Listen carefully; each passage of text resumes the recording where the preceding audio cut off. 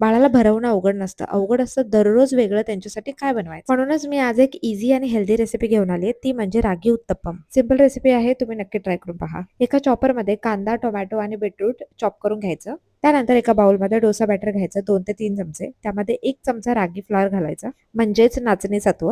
हे मी घरी बनवलेलं आहे. त्याची रेसिपी तुम्हाला माझ्या YouTube चॅनलवर मिळेल. त्यानंतर पॅनवर हे डोसा बॅटर पसरवायचं आणि त्याला बबल आले की थोडासा चाट मसाला वरतून टाकायचा. त्यानंतर आपण चॉप केलेल्या वेजेस घालायच्या. तुम्ही यामध्ये गाजर, शिमला मिर्च सुद्धा ऍड करू शकता. वरतून पुन्हा थोडासा चाट मसाला घालायचा आणि कोथिंबीर घालायची. थोडंसं भाजल्यानंतर त्याला पलटी करायचं. पुन्हा थोडं भाजू द्यायचं आणि आपला उत्तप्पा रेडी आहे. भाज्या थोड्याशा खाली चिटकतात पण डोंट वरी, आपण त्या काढून घेऊ शकतो. मुलांना प्लेन डोसा देण्यापेक्षा अशा पद्धतीचा उत्तप्पा दिला ना तर भरपूर साऱ्या भाज्या त्यांच्या पोटात जातात. आणि हे बघा, शनायला स्वतःच्या हाताने खायचं असतं, मी भरवलेलं नको असतं. आजकाल इव्हनिंगच्या वेळेस मी त्याच्यासाठी वेगळी रेसिपी बनवते, कारण सकाळी आमच्यासाठी बनवलेली चपाती किंवा पराठा भरवते आणि रात्री डाळ भात वगैरे. त्यामुळे संध्याकाळच्या वेळी मी त्याच्यासाठी एक वेगळा पदार्थ बनवते जेणेकरून त्याला आवडेल आणि मी माझा चहा एन्जॉय करते. तुम्हाला रेसिपी आवडली असेल तर फॉलो करा.